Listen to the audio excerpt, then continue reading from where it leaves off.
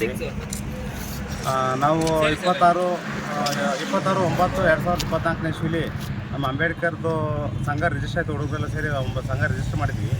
ಎಲ್ಲ ಪ್ರೋಗ್ರಾಮ್ ಮಾಡಿ ಅದಕ್ಕೆ ಜನಗಳು ಯಾರು ವೈಯಕ್ತಿಕವಾಗಿ ಅವ್ರ ಸ್ವಂತ ಇದರಿಂದ ಮಾಡ್ತಾರಲ್ಲ ಅನ್ನೋ ಒಂದು ಬೇಜವಾಬ್ದಾರಿಯಿಂದ ನಮ್ಮ ಅಂಬೇಡ್ಕರು ನಾವು ಯಾರ್ದೋ ಫೋಟೋನೋ ಇದು ಇನ್ನೊಬ್ರದ್ದು ಏನೂ ಹಾಕಿಲ್ಲ.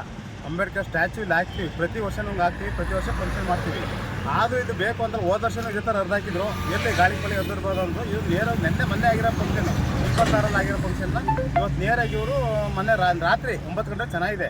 ಅದರ ನಂತರ ಇದನ್ನು ಅರ್ದು ಈ ಥರ ನಮಗೆ ಜಾತಿ ಬಗ್ಗೆ ನಿಂದನೆ ಮಾಡಬೇಕು ಅಥವಾ ಇನ್ನೊಂದು ಮಾಡಬೇಕು ಆ ಉದ್ದೇಶಕ್ಕೋಸ್ಕರ ಈ ಥರ ಮಾಡಿದ್ದಾರೆ.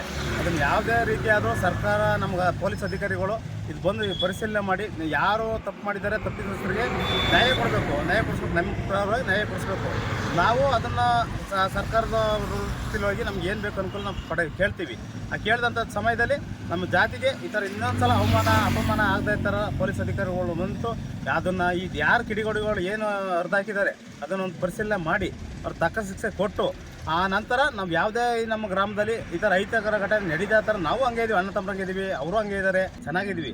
ಇದು ರಾತ್ರಿ ಆಕಸ್ಮಿಕವಾಗಿ ಮಾಡಿರೋಂಥ ಕೆಲಸ. ಇದು ಯಾವುದೇ ಥರ ನಡೆಯೋಕ್ಕೆ ಕೂಡ್ದು.